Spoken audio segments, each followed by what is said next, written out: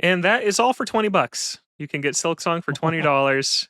And just like you can get Super Mario Galaxy 1 and 2 for $70 coming up this October. And that has been the biggest fallout from last week's Nintendo Direct that I just want to have a quick conversation about, because people are very upset about the pricing coming out of this. And I think a lot of it is understandable. Being a Nintendo fan is expensive in 2025. It's really, really expensive. You have Galaxy 1 and 2 or $70 for the combo pack, $40 individually, digitally on the eShop. Virtual Boy, the new headset, is $100, $25 for the cardboard model. And I want to point out right off the top, before people comment, the Virtual Boy prices, the Amiibo prices are higher in North America than other regions in the world. That is a reality. So yeah, if you're listening elsewhere, your Virtual Boy and your Amiibo are cheaper, but for us in America, they're very expensive. Amiibo are ranging from $30 to $40 to $50 for the Kirby Air Riders ones, the swappable Kirby and Waddle Dee. Mario Tennis Fever is $70. That's the same price as Donkey Kong Bonanza.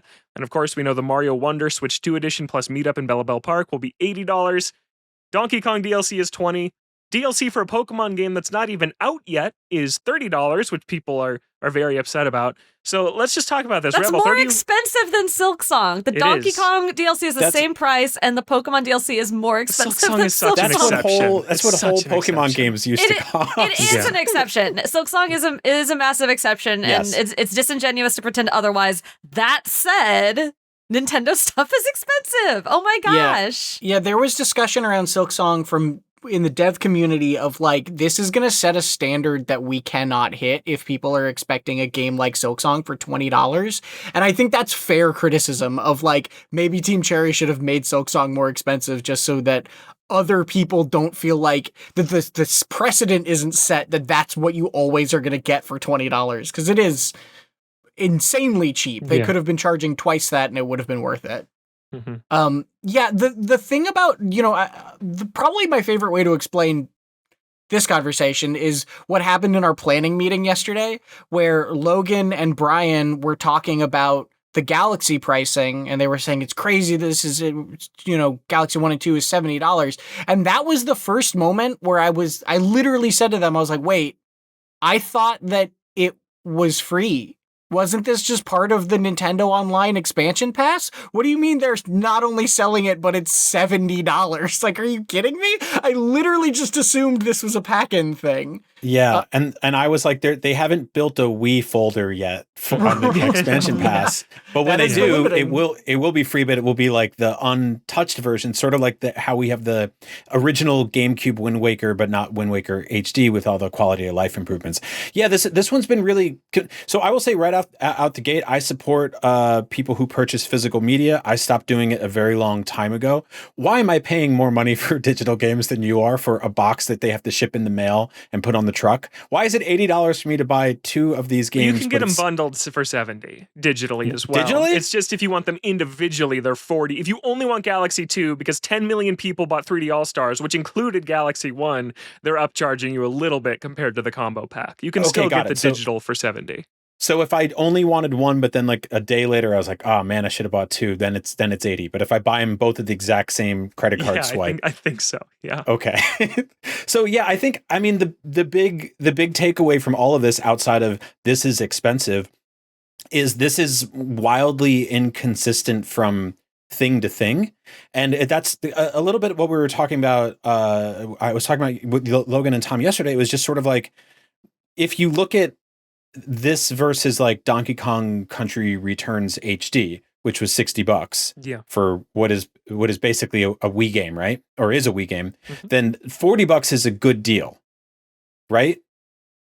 Yes. Hold for applause. $40 cheaper than $60. Yes. Yeah, and I guess if you compare it to an $80 game, then it's cheaper than that. And I guess it's, if you compare it to an Amiibo, it's a better deal. Like, but also it just gets crazy because you start breaking things down, and you're kind of just like, okay, so like you can get free upgrades to Breath of the Wild and Tears of the Kingdom if you're a subscriber to something, which isn't free, right? Yeah. But cheaper than buying those things outright. Or you can spend $20 on the Kirby DLC, which, adds a bunch of content and also, bumps the games up to 4K, 60 FPS, and all that. Which or you can costs money for Kirby, but it's free for other things that they didn't make extra content for the performance bumps, which still bugs me. And like I will say, I loved what they did with Kirby. It was really awesome to revisit that game, give that game another shot, and play through all the new stuff. And it's now one of my favorite like Switch era games, period, right? Which is really cool. So I that's where I was like, okay, I completely understand this philosophy of like, let's give fans who already own this game something new to play with. Let's give new fans a reason to sort of like bump this to the top of the eShop or whatever. So I think all that makes sense, but there's a lot of just confusion with pricing on this. Like, for example, the Virtual Boy thing, I went from really excited for it to being like, oh, you need either $100 or a $25 peripheral to play these games. Why? Like, and the $25 one's made of cardboard. It's made of cardboard, and it's Rest in peace, Labo. Not to like promote piracy, but the Virtual Boy library, which is pretty not great outside of a couple games which are really good. And I'm glad. Yeah, Wario Land, Teleroboxer, Red Alarm, the pinball game, even the Mario Clash is pretty cool. They've been playable in 2D on various emulators for a very long time now. And so it is odd that you literally can't launch these games without a peripheral. That seems pretty short-sighted to me, because this is like you've got Nintendo has gone back and they've made like this joke about how like this is, we're revisiting what is our biggest failure ever. And we're actually going to not hide from that. We're going to promote it. We're going to put it in our first big direct on the Switch 2 era, and we're going to say you can play these games again. And you're like, well, you made it so like you got rid of the hardest part about playing them, right? And they're like, no. We're doubling down on that. Yeah. And so like this is famously not a portable system, despite having boy in the title, and that was their sort of naming convention for boys a lot of portables. Boys are portable, yes. Yeah, boys are portable. Girls, historically, not just not. It's just they just stay in one. Reb, I know you just moved, but what if you didn't? It's stupid to me because she's done moving now. But like having to put this thing on a table again and look at it, I bought the Virtual Boy when it first came out. It was like $35 a month after it came out. It was like totally discounted. I dig this thing. It's a really silly peripheral. It was the first time a video game warned me to not look at it for too long. That's fun. But Nintendo does that all the time.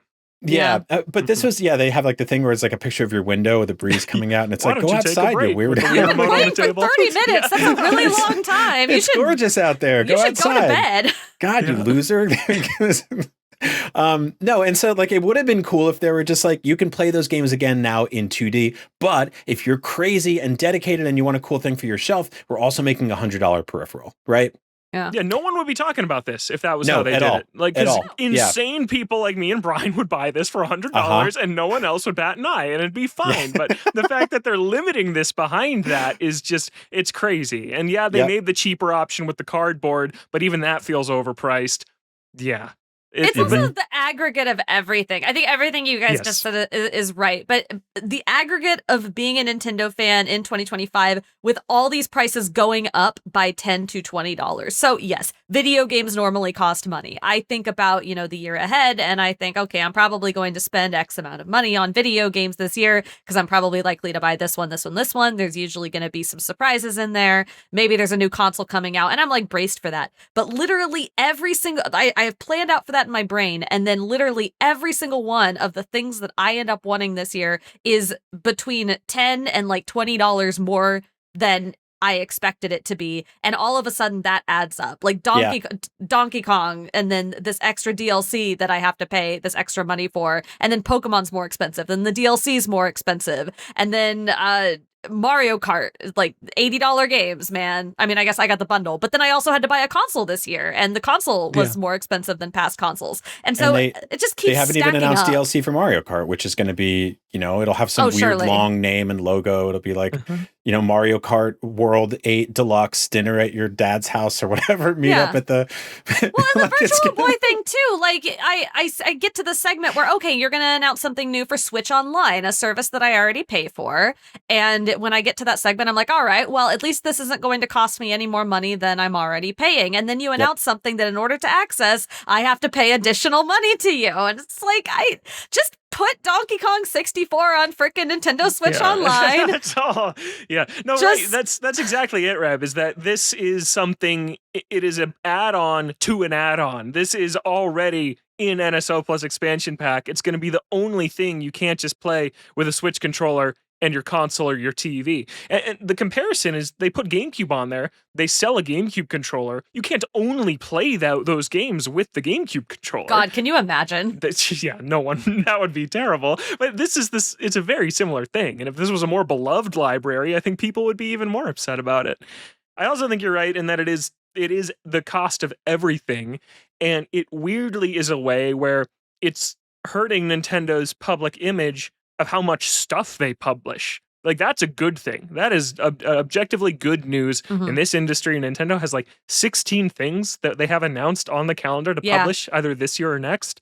But then when you talk about them all being bumped up, like you said, $70, $80, Amiibo are 50, 2 are coming out. Stay tuned for 45 minutes of Sakurai telling you about more Amiibo. Like, it's just a lot together. And I think that Nintendo fans, the most hardcore of us, are very hardcore and like to be able to buy everything. And so when Nintendo's telling you, this is 100, this is 80, this is 70, these are 50, that is just rapidly stacking up. We're on like the PlayStation side, Ghost of Yotei, it's their one game of the quarter, it's $70. I think people are fine with that because it's the one big flagship thing. But now Mario Tennis is 70 and Pokemon DLC for a game that's not out yet is 30. And it's just a ton of money. And I get why people are upset about it. Yeah, it's a weird problem to have that Xbox and PlayStation are similarly raising their prices, but they're not getting the flack because they're just not producing as much. Yeah. I think part of it too is that I think one thing that I can confidently say out of all of this, now that we've seen, now that they announced this One for Wonder as well, is I don't like what Nintendo is doing with these Switch editions plus DLC. Thank you. Me neither. I think that this strategy is bad. I think that I want them to just be selling it as DLC, and I want them to be giving us the Switch edition upgrades that are just performance upgrades for free. And Agreed. It feels, now that they're doing this more consistently with a game that feels relatively recent, like Wonder even, and Forgotten Land also wasn't too long ago. It made sense for like older Switch games like Mario Kart 8 maybe, but now that we're getting these recent games too, I'm like, this just feels like you're double dipping and locking improvements from your new console can do behind DLC that you're then charging more for. I don't like that. It feels inflexible. It feels sort of transparently about selling you something rather than we made this cool DLC that we thought would enhance this game. You can buy it if you want, which is why I had these weird things like my recommendation for Kirby and the Forgotten Land was if you have a Switch 2, you didn't play it on Switch 1, my recommendation for that game is to buy the Switch 1 version because you don't need the Switch 2 enhancements and it's cheaper that way. And then if you really like the game, pay to upgrade to the DLC. And it's weird that you just don't get to play in a higher resolution and frame rate if you do that. I don't know.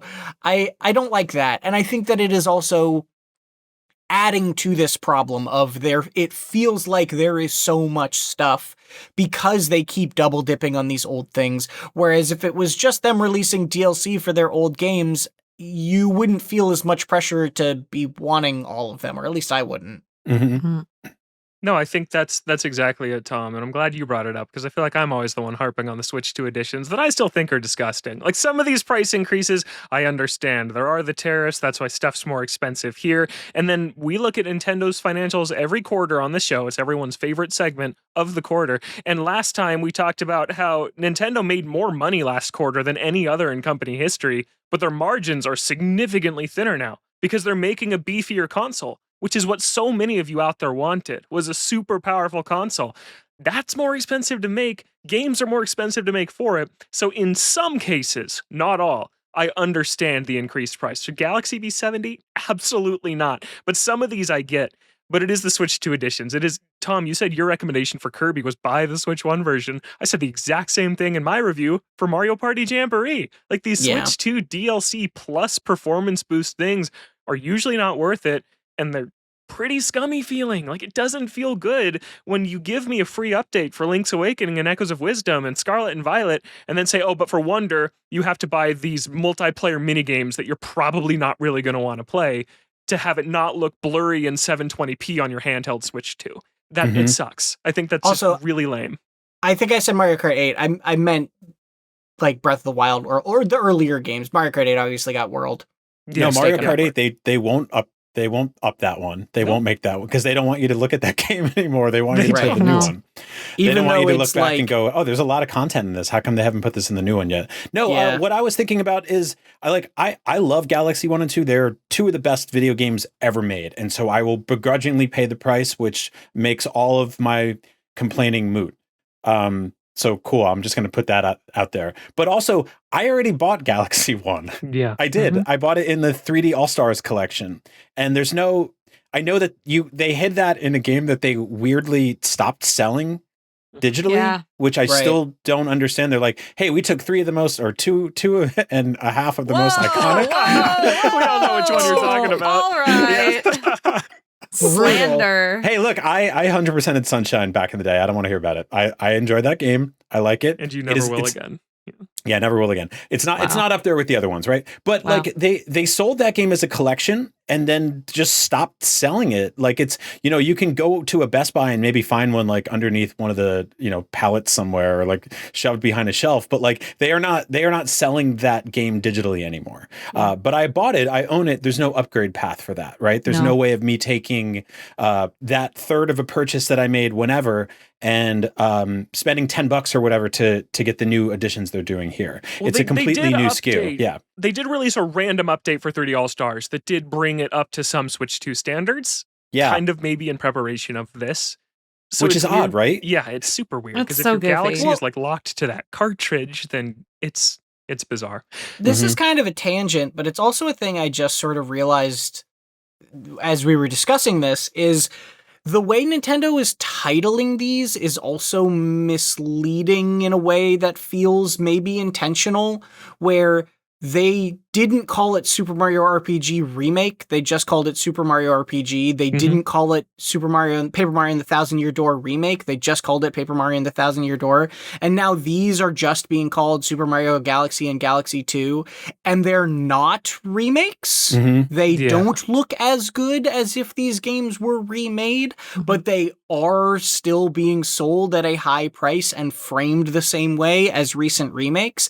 And that just kind of feels confusing and misleading to me. I think I wouldn't mind these games being expensive if they were touched up in a larger way than it seems like they are. They're not even calling them remasters, right? Like they're just the original titles. It's a port. Yeah, it's basically a port, and like they're doing some cool stuff. Like I've read a bunch and watched a bunch about like the improvements they're doing, but it just seems odd. And again, it's like there's just a very incoherent level of consistency from game to game, from franchise to franchise, from like what you're getting on that. There was a Switch 1 game to a Switch 2 game. There's what's a Wii game that was put in a collection that got a Switch 2 upgrade that's different than buying this game individually. It's odd. So here's the best way to put it.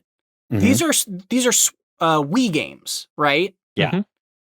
That's 3 console generations ago for Nintendo. 3. Wow. So that makes me feel old, but yeah, it is. If Sony released a collection of 2 of its first-party PlayStation 2 games as ports, not enhanced ports. We can call them enhanced ports. Yeah, but like upped resolution ports, not remasters, and then sold them for $80, people would be mad. Yeah. That's a weird thing to do. If you sold original Xbox games or Xbox 360 games or whatever that generation lineup would be, because I always get them messed up, then like that would be weird. right? Yeah. That would people would be expecting more from that for that price point. Yeah, no, to speak to that real quick, like I think that, Microsoft has done a lot of things incorrectly since this generation and the last, but one of their better initiatives was basically, automatically upscaling and preserving a bunch of original Xbox 360 games. Like they got really good about going through the archives and being like, how can we make this run best on a Series X or a Series S, whatever it is, right? Like what can we do to preserve this history of our games? And they do that while also, canceling games constantly and terminating entire companies. So I'm not going to just tell them that they're doing amazing, but that specific angle of it is, I think, preferable. And Nintendo has done a bit of that as well, right? With their taking their legacy games and putting them into Nintendo Switch Online and the Game Boy Advance, and it's really cool to be able to jump on an airplane and be like, oh, I can play I can play Minish Cap on my Switch too. Like that's awesome. They've done a really good job of preservation there. But again, But even then, if I can play devil's advocate there, even then, that's a step backwards from what the Wii had, where we could just buy those games individually. I definitely agree with that. Now we have to subscribe to this thing that we don't necessarily on all of those things. So even then, I think Nintendo used to be better at this. I predict that here in a couple of years, we will not be able to buy Galaxy 1 and Galaxy 2 on the Switch anymore, and Nintendo is going to put Wii games on Switch Online, and we're going to get Galaxy 1 and Galaxy 2, but they're only going to be playable if we spend $100 on a Wii accessory. On a Wiimote. You need the Wii sensor bar to plug into the Switch or it won't work, and it's $80. Yeah, they didn't say it's limited this time. You need to buy their fancy Wiimote and the Wii Motion Plus. They do not come together, sold separately. But don't worry, they have a $25 cardboard version. If I have to buy another sensor bar with that 55,000 foot long cable again, that's like a spider web. It's. I want to say real quick. You also need that thing that they sent out that was like the silicone wrapper. Oh, they'll very inappropriate. Yeah, they'll sell that thing too because they don't want people throwing it through their TVs and ceilings again. I've been on the show for a very long time, and I was sort of famously on the show during the Wii U era when there wasn't a lot to talk about but Amiibo. If you're watching this on video, you see, Logan's got a whole collection of Amiibo behind him. I have just mountains of action figure garbage behind me at any given moment. I still buy them here and there. Like I bought the Bonanza one because I thought it was like a really beautiful sculpt. The $30 price point it hurts.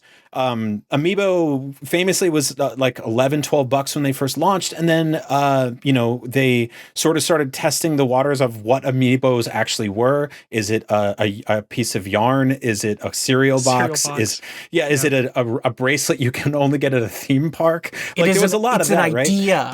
But man, if you are an Amiibo collector and you are a completionist, I know Per Schneider is, right? I know he's still trying to get them all. They are really pushing you these days. If you're one of those people that was like, I made a vow to get all of them. I want all the Smash Brothers ones and all the Animal Crossing ones, and I want to get the cereal box and the yarn Yoshi and all that stuff.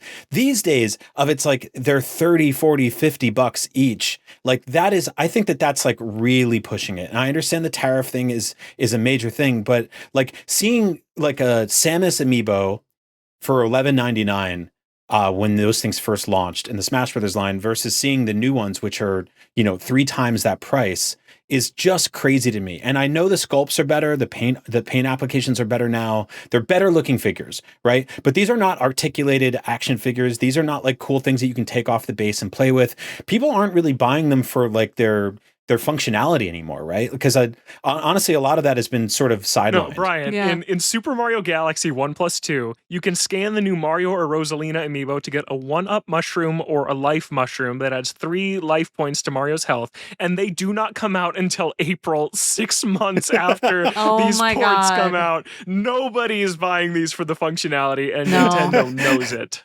That's so funny. That was a big talking point of the Amiibo is that, you can scan them in all sorts of games and they'll give you all sorts of benefits. I very specifically remember when Amiibo were still in early days writing guides for the tiny website I worked for at the time, talking about every single thing they could do in every single game. And the lists were really complicated and interesting. And some had kind of trivial functionality, but some had big things that you could do with them. And now it's somebody and 11th hour of game development is Nintendo says we got to put Amiibo functionality into this. I guess it'll give you some coins. Oh crap! Make it drop the gold Kong letters out of the sky and call it good. Yeah, that's it. I never found a single one up between Galaxy 1 and 2, so I'm so excited. Yeah. No, and it's a shame because Brian, you were saying is these used to be $12, and they used to be an amazing alternative to expensive figures you would see at some store, and it was like, wow, I can have Mario on my shelf for $12.99, and it's a really nice sculpt. It's cool, has a cool Smash coin base, and it was this cheaper alternative that you felt like you could buy a bunch of them. But now they have launched themselves into that next tier of collectible, and the quality matches. They're very, very nice figures, but it's just a shame that it's not what it used to be. No, I'll add too that like as a toy nerd, like these sort of predated a lot of the like licensing deals they did with like Jakks Pacific, which went on to make pretty much like micro scale and like 3 3/4 scale versions of pretty much every Nintendo character ever, right? Like you could go into like a Walmart or a Target and probably see all of the Mario Brother toys. They made a whole bunch of 6-inch scale toys for the movie, right? They worked with Bandai Namco, I believe, on making a bunch of action figures that are like super articulated and come with all these accessories and stuff like that. So Nintendo fans have options now that we didn't in the 80s and 90s, when it was just basically like little figurines that you would basically that you would put on a birthday cake. McDonald's Happy Meal toys. Yeah, Happy Meal toys and stuff like that. So like seeing Amiibo come out was one of the first times I was like, oh, they're a 200-year-old toy company and they're making toys again. This is really cool. And I feel like they sort of lost the plot. And it was always, and you guys just touched on it, but there was always this weird debate about whether, some Nintendo fans were like, you guys are paywalling DLC behind a toy. And other Nintendo fans were like, I was going to buy a toy from you anyway, but you added a cool functionality to it, right? And that's a tough sort of tightrope to walk on. And I think for the most part, they did a pretty good job of that. Obviously, there's been some examples that are not great, and some that are great. Like I really liked what they did. I think it was Yoshi's Crafted World, I think, where like Woolly World. Yeah, Woolly World has the best ones. Woolly World and Mario Maker, where like every single thing that you scanned into that game had its own 8-bit sprite, which is just crazy. Like it was so cool. And like, did it change the game significantly? No. But did it give you a cool little functionality? Yes. Was it better than just unlocking a 1-up mushroom? Absolutely. Absolutely. So it also worked great because you were most likely to have the figurines of characters that you liked. Yes. And so if you wanted a character in that game, you probably had the amiibo of it. Yeah, for sure. Yeah, so okay, that we went a little longer on price than I wanted, but it's a hot topic. If you're feeling priced out there, I'm sorry, I feel it. I feel you. The stuff is really, really pricey, especially in North America. So yeah, we'll keep giving our reviews and opinions of stuff to tell you if it's worth your money. And I just won't forget that Doug Bowser looked me in the eye and explained that they look at the depth, breadth, and replayability of the experience when pricing their games. Variable pricing. By the way, people have taken that quote and slapped it on a JPEG of Doug Bowser like they do the Miyamoto a bad game quote or whatever. That's from my interview with him. So if you see that out there, that's where that came from. And now it just goes everywhere like wildfire.